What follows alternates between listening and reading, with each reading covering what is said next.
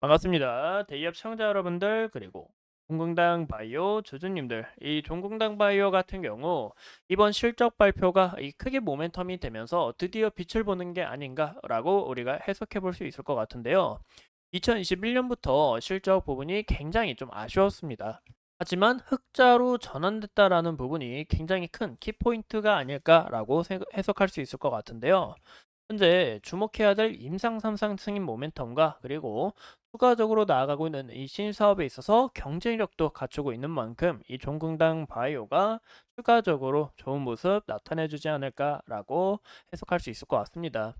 현재 보시는 것처럼 종공당 바이오 1분기 흑자 전환 일회성으로 그치지 않으려면 이런 이슈가 좀 나왔는데 좀 실적 부분을 우리가 함께 확인해 보시면 매출액 509억으로 전년 대비 30.6% 성장한 거 우리가 확인해 볼 수 있고 영업이익도 흑자 전환했다라는 부분과 단기 흑자 전환했다라는 부분에 있어서 지속적으로 이 기대감이 크게 반영될 수 있다라고 우리가 해석할 수가 있겠죠. 그래서 현재 이 3분기 실적도 좋게 나와줘야 되는데 이 부분이 가능한지 좀 불가능한지 이런 여부를 좀 체크를 해 주시는 게 가장 중요하다라고 우리가 해석해 볼 수 있을 것 같습니다.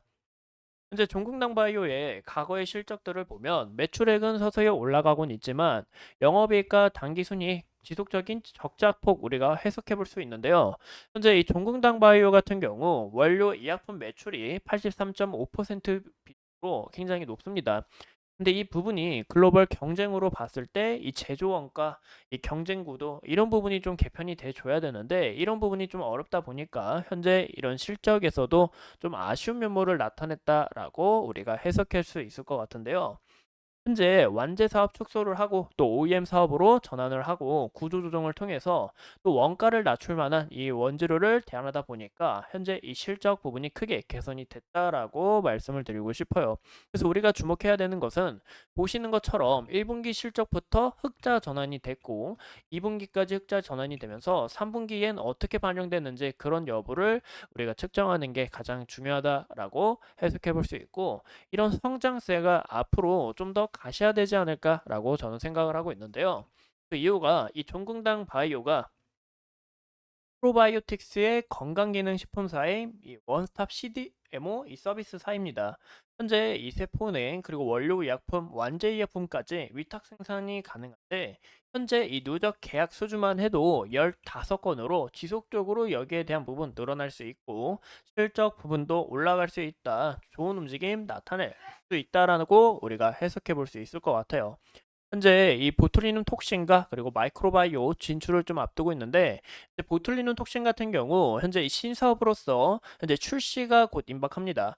양산이 시작하게 될 시에는 이른 시일 내에 수익 창출이 좀 가능하다. 이런 부분에서 실적 부분 더 추가적으로 해야 될 수 있다라고 우리가 해석해 볼 수 있을 것 같고 현재 중국 감독 약품 관리국인 이 MFA로부터 임상 3상 승인을 좀 앞두고 있는 만큼 이런 부분이 또 추가적으로 모멘텀으로 확장될 수 있다라고 우리가 해석해 볼 수 있을 것 같아요.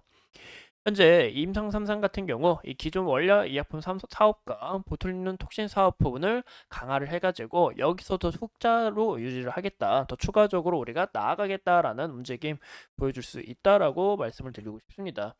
또 추가적으로 우리가 보셔야 되는 것은 이 종공당 바이오의 신사업 중 하나인 또 반려동물 사업을 우리가 좀 보시는 게 좋을 것 같은데요. 이 프로바이오틱스 분야에서도 이 반려동물 관련해서 이글벳하고 이제 협약을 맺으면서 현재 유산균 사업을 좀 나아가고 있는데 이 부분도 지속적인 이 성과가 나오고 있다라는 게 가장 중요한 것 같습니다. 이제 라비벳이라는 이 브랜드가 있는데 이 라비벳이라는 브랜드가 국내 반려동물 유산균 점유율 24%로 판매 1위를 좀 나서가고 있어요.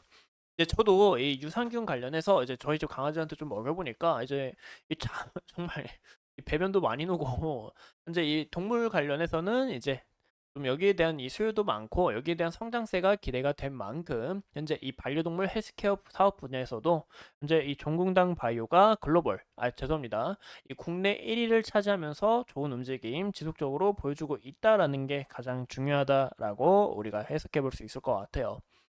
현재 이 보툴리눔 톡신 같은 경우 2022년 1월에 이 큐티아 테라피릭스와 83억 규모의 타임버스 수출 계약을 맺었지만 이 부분이 좀 후발주자입니다.